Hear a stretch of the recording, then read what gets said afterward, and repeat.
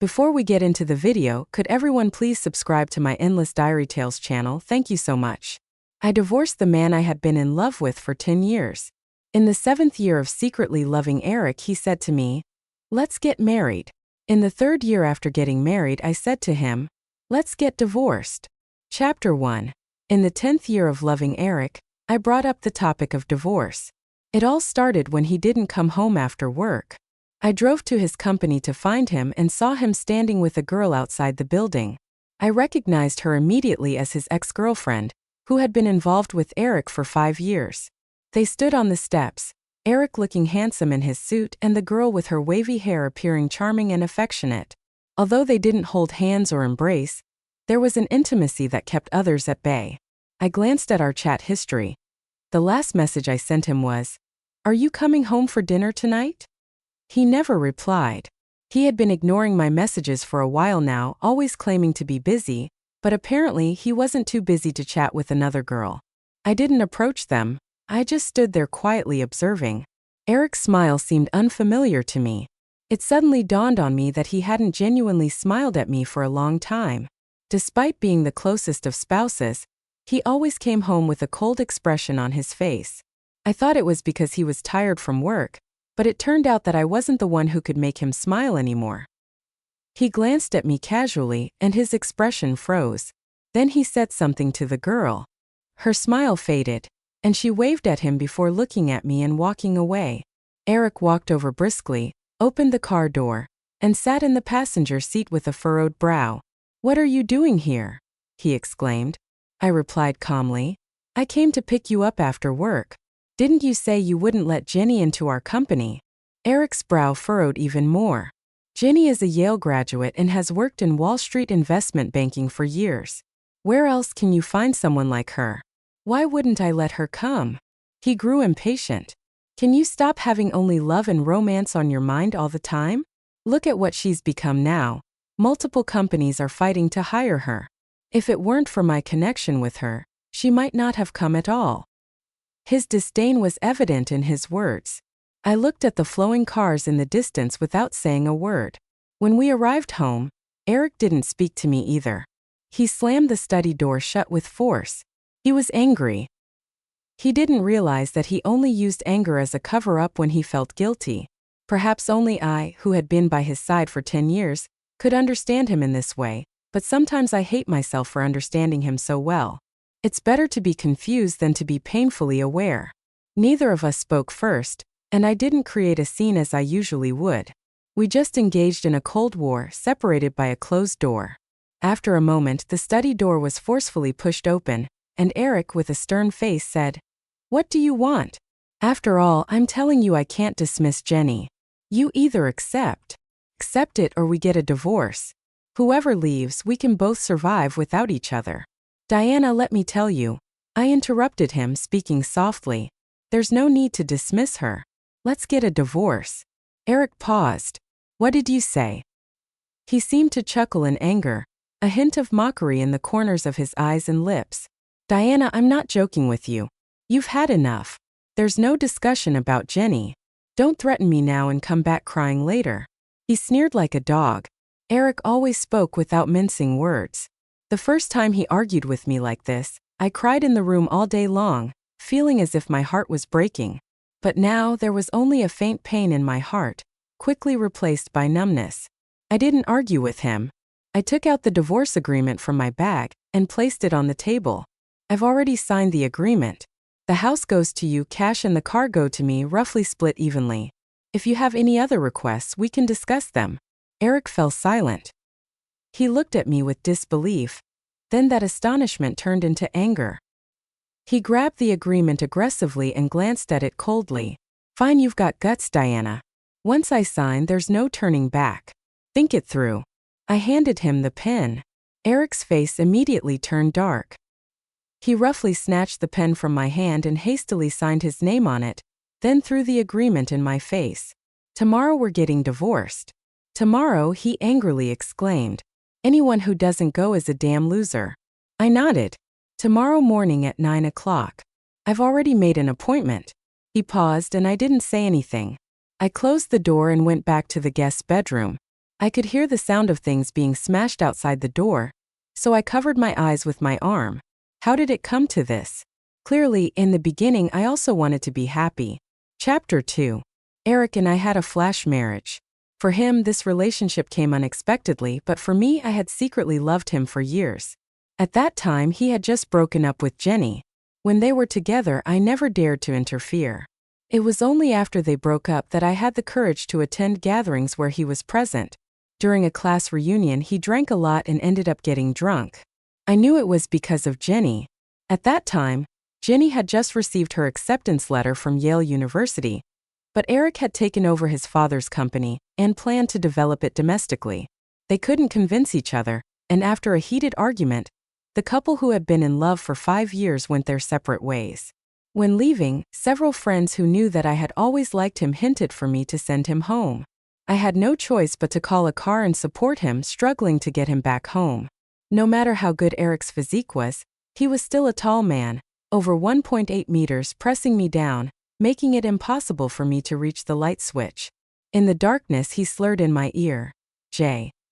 I couldn't hear clearly in my daze and thought he was calling my name. With the drunken heat lingering around my ears, my body stiffened, and when he leaned in for a kiss, I didn't dodge. Early the next morning, while Eric was still asleep, I hurriedly left his house. He didn't contact me either. Just when I thought it was just a fleeting encounter, a month later my period still hadn't come. I reassured myself that it was only once. It couldn't be that coincidental. But after taking the test, I saw 2 lines. I took a day off and stayed at home, finally gathering the courage to send Eric a WeChat message. I didn't want to force him into anything, nor did I want to ask him for money. I just felt that this was our child and he had the right to know. For a day and night, Eric didn't reply to me. Just when I had lost all hope, he suddenly called me. On the call, his voice was devoid of emotion. "I will take responsibility, Diana. Let's get married." I still remember the feeling I had when I heard those words from him. It was the first time I realized what heart-fluttering truly meant, as if fireworks were exploding in my heart. It felt even more dizzying than winning the jackpot. Suppressing my overwhelming joy, I pretended to be calm and asked him, "Do you like me? I don't want you to be with me just because you feel responsible." He replied without answering directly. Eric remained silent for a long time and then said, "Don't overthink it. I'll come find you later." After hanging up the phone, I tightly clenched my hands, and my mind was filled with memories of that spirited young man on the high school basketball court. Love knows no reason, it just deepens. I don't know when exactly I started liking Eric, whether it was when I saw the glistening sweat on his forehead while playing basketball, or when he smiled and placed a bubble tea on my desk saying, "Brother, this one's on me." All I know is that I have liked him for far too long. It's like a person wandering alone in the dark finally seeing the first light of dawn. Even though his mother looked down on me because I got pregnant before marriage and didn't even give us a dowry or accept my tea for the change of address ceremony, even though we couldn't ultimately keep that child at that time, I truly felt like the happiest person in the world. Being with him turned all the bitterness into sweetness. How foolish I was. In the darkness, a bitter smile appeared at the corner of my mouth. Little did I know, in just 3 short years the dream would shatter. Chapter 3.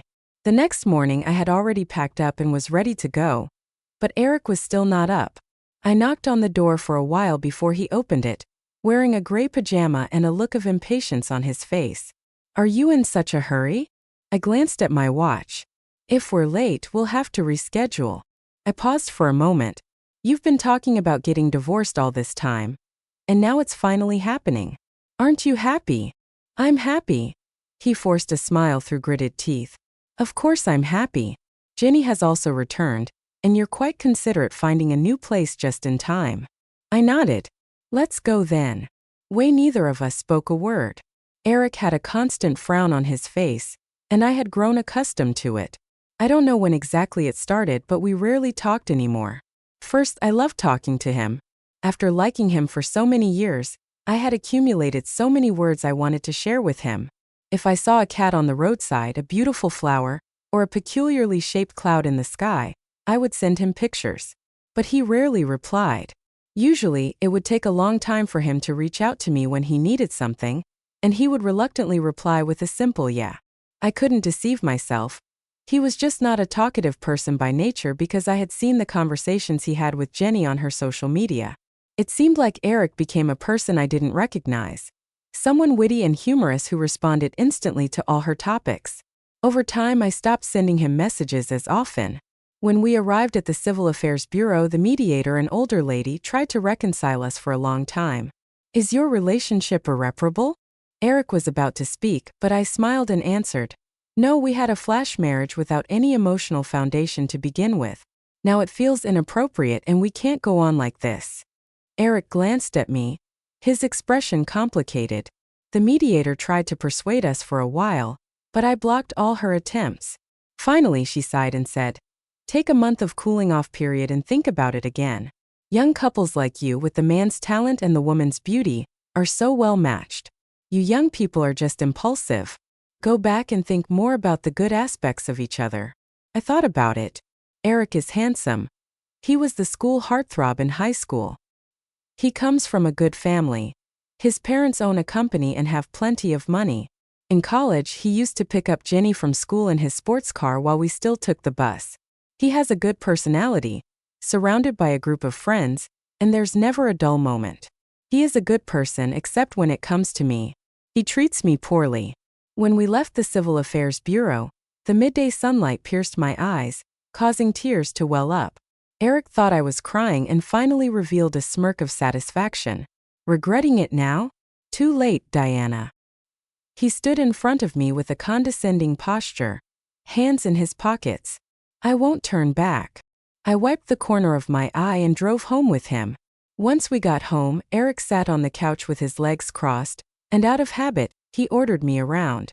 Get me a glass of water. I ignored him and came out of the bedroom with my suitcase in hand. Where are you going? He frowned. I found a new place and I'm moving out today. I paused for a moment and continued. I've kept all the things you bought for me in the bedroom cabinet. Who the hell cares? Eric suddenly exploded. I forced a smile. Since we're getting divorced, let's say our goodbyes properly. Take care of yourself. Drink less alcohol. Your stomach isn't good. Who do you think you are, minding my business? I abruptly stood up, grabbed my suitcase, opened the door and threw it outside. If you're leaving, then leave now. His eyebrows furrowed, his eyes filled with pent-up anger. I looked at the suitcase on the ground, stunned for a moment. Then I stopped speaking, walked over, picked up the suitcase, and entered the elevator without looking back at him. The gaze behind me was scorching, as if it wanted to burn a hole in my back, but in the end it was completely severed by the closing elevator doors. Chapter 4. I didn't want the house because I didn't want anything to do with Eric anymore. I didn't want to see his things, smell his scent, or think about anything related to him. In fact, I had already made up my mind about the divorce. Eric never liked me, I always knew that. I just kept thinking that after so many years, even if he had a heart of stone, it would eventually melt for me. But after all these years he still doesn't love me, and my warmth has completely run out. I finally understand that some people are truly irreplaceable. Perhaps he can see Jenny's smile, but no matter how hard I try, he can't see mine. I moved into the previously rented house. Before I could even finish unpacking, Eric's mother called. Eric, did you buy the stomach medicine? I heard from him that his stomach hasn't been well lately. It's not me saying this, Diana. I never agreed when Eric wanted to marry you. How can a decent girl get pregnant before marriage? If it were my daughter, I would have beaten her to death. It's embarrassing. I'm telling you, our family can't break the line. If you can't have children, you better say it early. Eric is still young, don't delay. I clenched my phone. Eric's family is wealthy, and his mother has never looked favorably upon my family. My parents had to put on a smiley face and endure her cold treatment when they went to visit. Over the years, she has always disliked me, no matter how hard I tried to please her. In fact, she has said these things before. Every time we meet, every time she calls me, she repeats how I climbed up to Eric and how difficult it was for their family. Eric never speaks up for me. He only tells me to be obedient and filial to his mother because his mother has already made many sacrifices to accept me. So I always endured it, but this time I don't need to endure anymore. I said expressionlessly, and we are already divorced. I'm not obligated to buy medicine for him anymore. By the way, you didn't give birth to me, nor did you raise me. You have no right to meddle in my affairs. If you can't stand me, I suggest you poke your own eyes out and stop looking. After saying that, I didn't care about the reaction on the other end and hung up, blocking the number. After some thought, I left all the WeChat groups related to Eric's family and deleted and blocked all their contact information, including his. After doing all this, I finally breathed a sigh of relief and lay down on the bed. Divorce wasn't as painful as I imagined. Eric always liked to threaten me with divorce. During arguments, it seemed like he had me under his control, knowing that I wouldn't leave him. He used my love to hurt me without restraint. As he expected, the first time he threatened me like that, I was genuinely scared. He was right. I kneeled before him like a dog, admitting my mistakes, promising to change, and willing to do anything as long as he didn't leave me. I covered my eyes with my palms, feeling a damp warmth, but even heartache has its limits. Repeatedly, that pain became numb through endless repetition. The chain that pierced through my bones and flesh, carrying rotten blood, finally left me. Now all that's left is liberation. Chapter 5. Eric didn't contact me anymore. It's like he completely disappeared from my life until 2 weeks later when a classmate suddenly approached me and asked if I wanted to join the class reunion tomorrow night. Initially, I wanted to refuse. I really didn't want to see Eric again. But then I thought it's not me who was in the wrong, and I don't need to avoid him either, so I agreed to go. During the class reunion, I was talking with other people when the door suddenly swung open. Eric stepped in. He was still wearing the suit he had on during the day, tailored and fitting, with just the top button of his collar undone, coupled with his black hair. He exuded a refined charm with a hint of mischief. Even without saying a word, his long-standing position of power made his presence dominant. Following behind him was Jenny, who was dressed immaculately. As soon as they entered, everyone started making a commotion. Oh, Eric and the campus beauty are back together. I knew you two couldn't break up. It was such a big fuss back then. Come sit over here. That's right, I remember when Jenny went abroad, Eric almost ended up in the hospital from drinking. He's been waiting for her all these years, hasn't he? When I married Eric, he said he didn't like formalities, so we didn't have a wedding ceremony. After marriage, he never posted anything related to me on social media, and even when we went out together, he would keep his distance from me. It's ironic that we've been married for 3 years, but besides a few close friends, no one knows we're together. Eric's gaze pierced through the crowd and landed on me. His eyes filled with mockery and a smirk on his lips. I didn't look at him and turned to talk to the person next to me. His face turned dark, and he sat down with Jenny. Why is Jenny back? I heard you've been doing really well abroad, planning to come back and contribute to the motherland, someone joked. Jenny brushed aside her wavy hair and smiled ambiguously. Now that I'm this old, I should start thinking about settling down. My family has been urging me. She didn't mention anyone by name, but everyone burst into laughter. That's right, Eric has been waiting for you all these years. Now that you're back, good things are about to happen, right? Jenny remained silent, blushing and lowering her head, smiling. Hey Eric, you're really sentimental, but our Jenny is an independent woman, now both talented and beautiful. You two are a perfect match. But speaking of beauty, I think Diana is also beautiful. Back in our class, there were often debates about who the campus beauty was, you or Jenny. I was about to speak when Eric smeared. What good is just being beautiful? Some people only have love and romance in their minds all day long. They've become foolish as housewives. No wonder no one loves them. My face turned pale. I knew he was talking about me. When he started his business, he was very busy. If I also pursued a career, it would have been difficult for us to be together. For him, I turned down all job offers and focused on taking care of him at home. Everyone fell silent, and then a classmate intervened, trying to defuse the situation. We shouldn't say it like that. Diana also received offers from several major companies back then. She made millions from her university projects. I remember one company even offered her a salary of $3 million a year. But why didn't you take any of those offers? He curiously asked. Did you get married? Eric froze and turned to look at me. I lowered my gaze and calmly replied, yes, I married a scumbag. I rejected all those opportunities for him just so I could take care of him. But a scumbag is a scumbag, no matter how much you sacrifice for them. Thankfully, I cut my losses in time. A female classmate nearby empathized. That's right. Some men are like that. When they get married, they want a nanny to take care of them. After a few years, they complain that their wives aren't independent enough and end up with a clingy, dependent woman. Trash like that deserves to grow old alone. The topic quickly changed, and classmates began discussing their own relationships and marriages, warning against being too love-struck or else they might end up with such scumbags. I had always been submissive to Eric, so this was the first time I sarcastically criticized him. He stared straight at me, seeming somewhat bewildered. He wanted to say something, but his voice disappeared amidst the noisy chatter. The gathering came to an end, and I got into my car to leave. As I started the engine, someone knocked on my car window.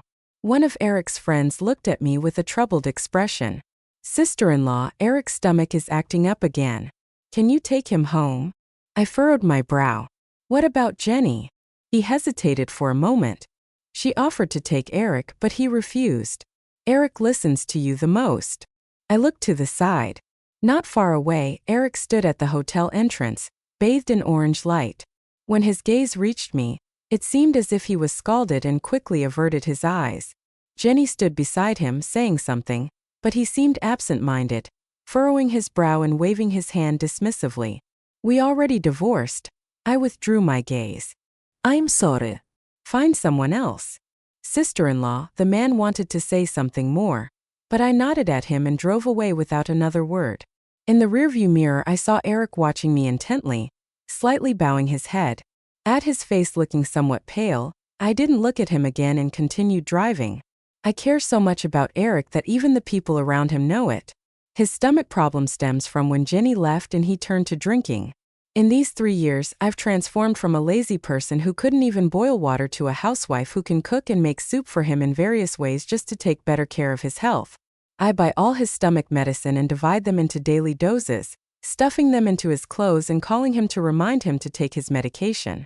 When he forgot to bring his medicine on a business trip and had a severe stomach ache in the middle of the night, I braved the freezing winter to catch the early morning flight and deliver the medicine to him. But by the time I arrived, he was already asleep. I stood at the door for hours waiting until my body was covered in snow. But when Eric woke up and opened the door, he just frowned impatiently and said, "Give me the medicine and go." It was on that trip back that I slipped and lost my child. The pain gnaws at my heart like insects, not tearing it apart, but the subtle pain is impossible to ignore. Sometimes I don't understand myself either. I'm not this kind of person, so why do I become so lowly and pathetic when it comes to him?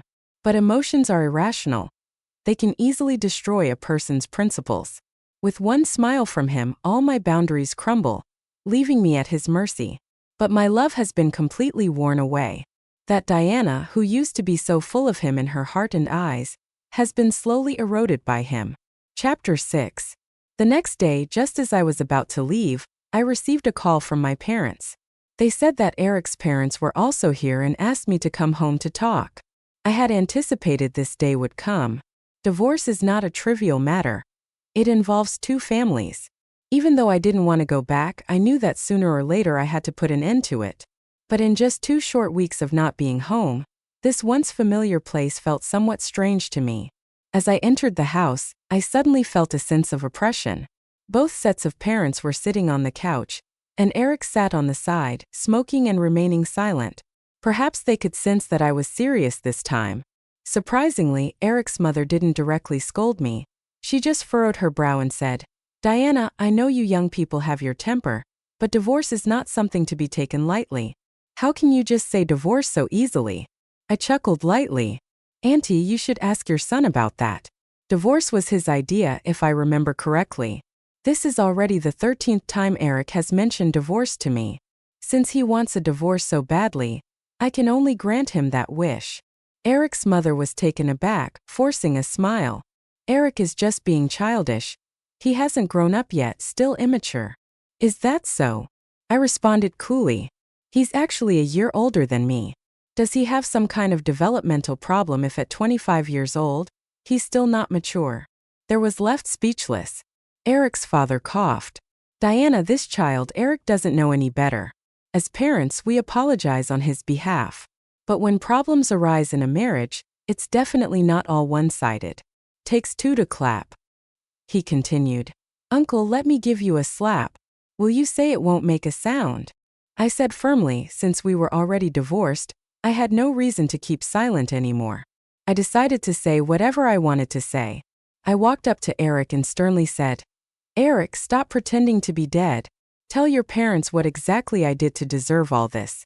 Your ex-girlfriend came back, and you said you didn't like a homemaker like me who only knows about love and family. You said I wasn't independent enough. But wasn't it family who said you had health issues and asked me to take care of you?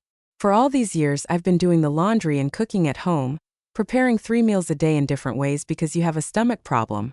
As someone who loves spicy food, I haven't cooked anything spicy at home. Eric, be honest with yourself. Is this my fault? Eric remained silent. His mother couldn't help but speak up. Don't just blame him. After all these years, you haven't had any children either. The child back then didn't make it. Who knows if it was? I abruptly turned around and raised my voice. Yes, I got pregnant before we were married, but pregnancy is not something I can do alone. If Eric didn't want it, could I force him? Why has it all become my fault? You say the child didn't make it. Why don't you ask your son why my child didn't make it? He went on a business trip without taking his medication for his stomach in the middle of winter. I rushed to the airport in the early morning to deliver it, but he fell asleep and didn't open the door. I stood in the snow for 3 hours and he didn't even say a word to let me leave the medicine and go. My feet were frozen and numb, and I lost the baby when I fell. I want to ask you, whose fault is it really? Is it mine? I didn't intend to cry, but the emotions that had been suppressed for too long poured out uncontrollably. Even I couldn't contain them. Did I do something wrong by giving my all? Why does loving someone turn into a mistake in the end? Almost on the verge of collapse, I shouted, Eric, tell me, what did I do wrong? My mother stood up, shocked, and asked Eric with a trembling voice, Didn't you say it was her accidentally falling? I smiled bitterly, bowing my head. I was afraid you would scold him. I was just too foolish. My mother's eyes turned red in an instant and she questioned Eric, her voice trembling. We haven't mistreated you all these years. We truly treated you as our own son. Your mother didn't give a dowry, didn't have a wedding ceremony, and had countless criticisms of Diana, and we didn't say anything. We knew Diana liked you. We just hoped you would treat her well, and this is how you treated her. Eric's face lost all color. I'm sorry, Mom. Don't call me Mom. I'm not your mother. My mother shouted loudly, her eyes filled. With raging anger, my father's expression also turned grim, and he lowered his head. Clenching his fists, he said, Eric, I don't know what your intentions were in bringing your parents and mine here, but I haven't done anything to wrong you all these years.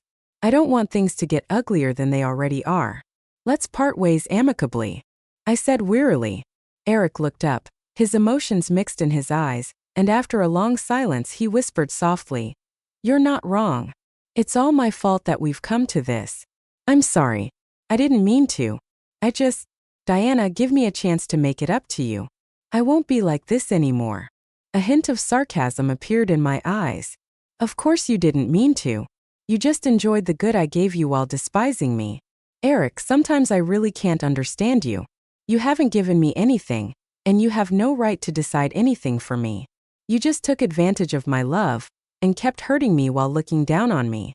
I leaned in close to him and whispered softly, What exactly are you, Eric? On what grounds? Eric's eyes trembled, his face pale as if he had just recovered from a serious illness. Faced with my question, he couldn't utter a word, as if my words had pierced his heart like 1,000 arrows. For the first time, he fell into a disadvantageous position in front of me, his back bending inch by inch. Jenny came back. You clearly told me that you wouldn't let her into the company, and yet you kept her here. Eric, you were unfaithful to our marriage, broke your promises, and then blamed everything on me, saying that all I had on my mind was love and romance. Isn't this perfect now? I'll make way for you both. Eric urgently looked up. Jenny and I have nothing going on. We're just colleagues, he stammered. Do you dare to say that you have no intentions of rekindling old feelings? Do normal colleagues need to have meals together every day, and exchange messages on their phones while holding hands? Eric, do you think everyone is a fool willingly fooled by you? Eric opened his mouth but couldn't say anything. I stood up and said indifferently, I've said everything I needed to say. I hope you won't bother me anymore. Just as I was about to walk out the door, Eric called out to me, his voice trembling as if the person who had always been composed and arrogant had finally been torn apart from the facade, only now realizing his true self. Diana, if I'm willing to change, can we still have a chance? I turned to look at him, and to my surprise, his eyes were filled with a hint of uneasiness. Eric had always been arrogant and dismissive in front of me, always in the dominant position in this relationship. I had never seen him so fearful before. It's too late, I said softly, and then closed the door. Chapter 7. After leaving Eric, I started sending out resumes, planning to find a job. Fortunately, it hasn't been too long since I graduated, and the projects I worked on were impressive enough. Many companies are still eager to hire me. In his eyes, I must be worthless, not even comparable to Jenny. In this relationship, I constantly doubt myself, living in pain every day, questioning if I'm truly that inadequate. But now I realize that he doesn't get to decide who I am. I'm doing just fine. When I got home in the evening, I bought myself a small cake as a reward. In a few days, the cooling off period will be over, and I can completely free myself from this relationship. But my good mood was interrupted by a phone call. Jenny's voice sounded distorted on the phone. Let's talk? I looked at the cake in my hand, feeling impatient. There's nothing for us to talk about. Don't you want me to keep coming to see you? Some things are better said and discussed, she said.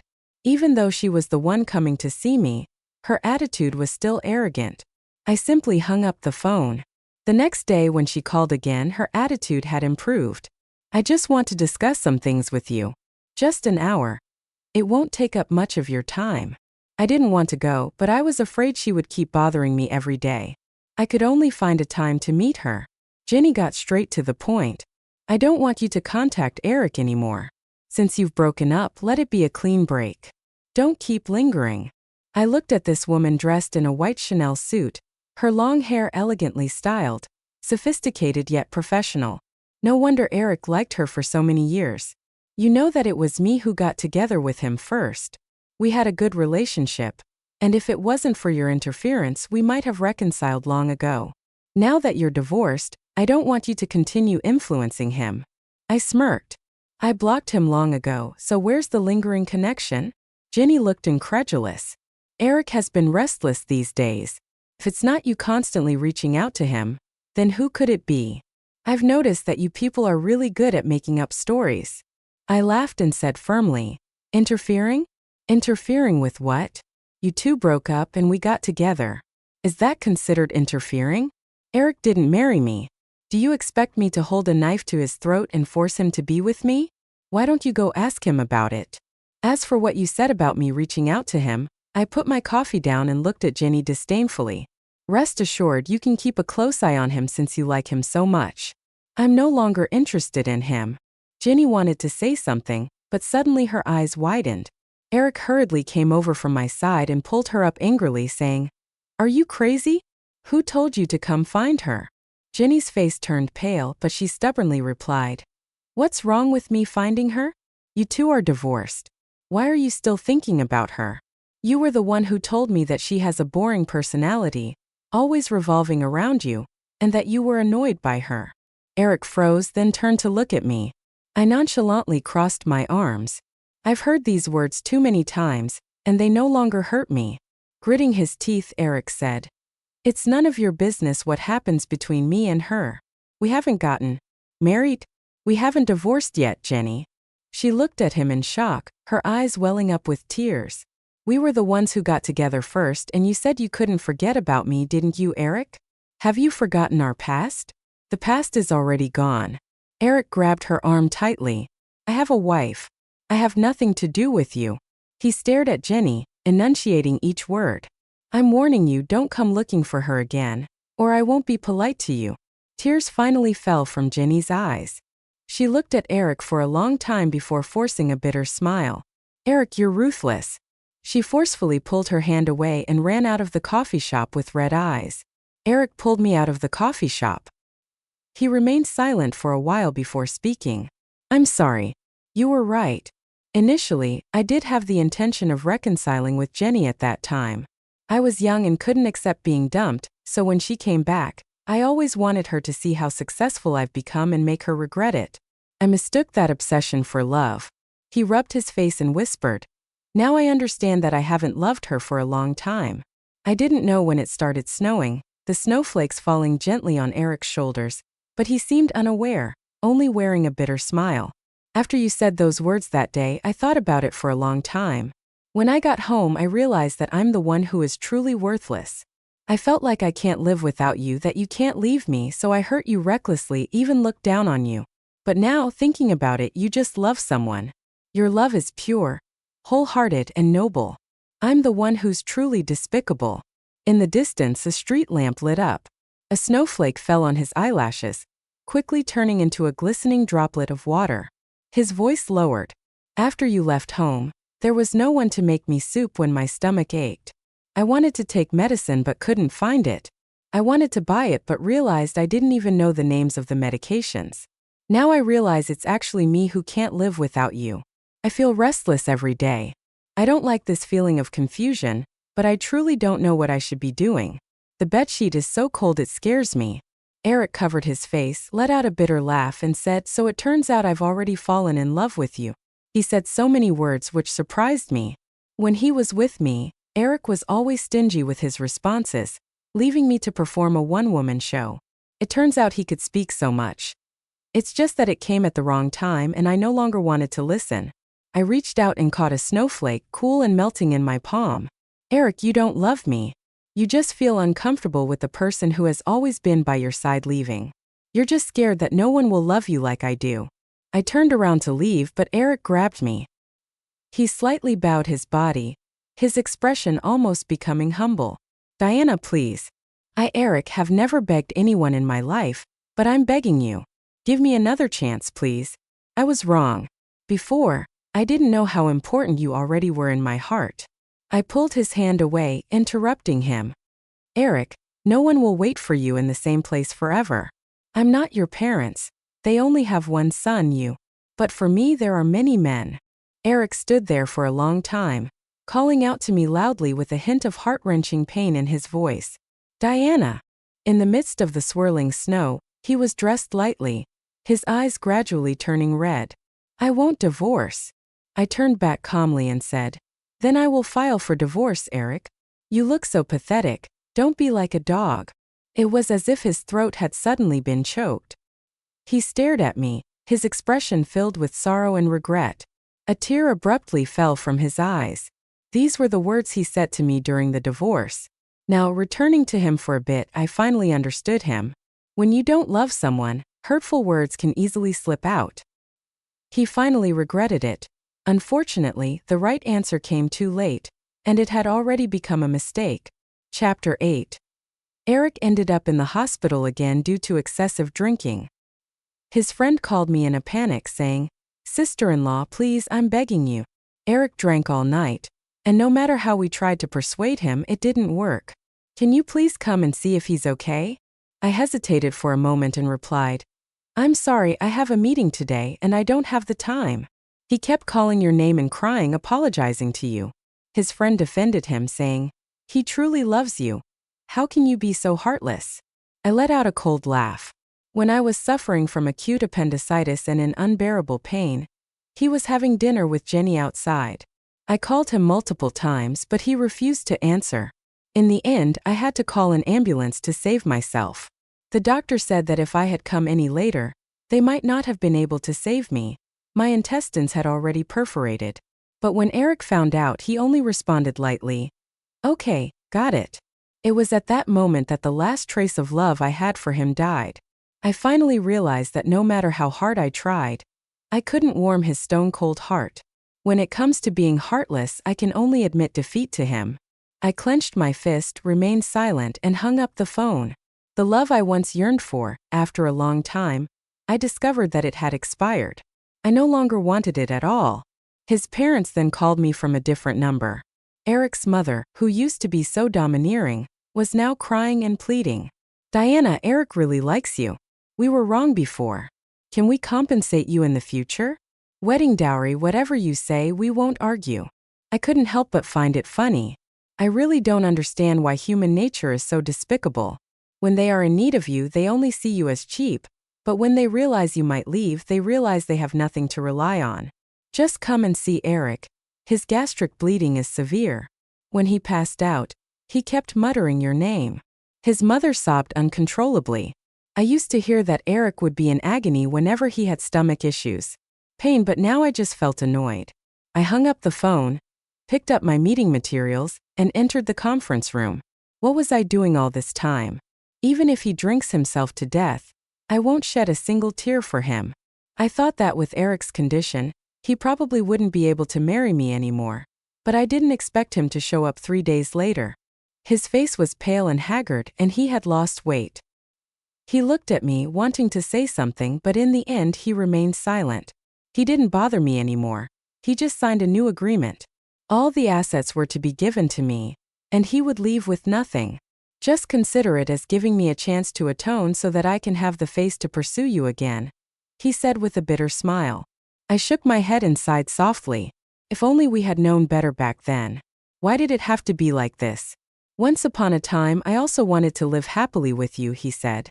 I had given my all to love this person. I laid bare everything I had in front of him, begging him to just look at me.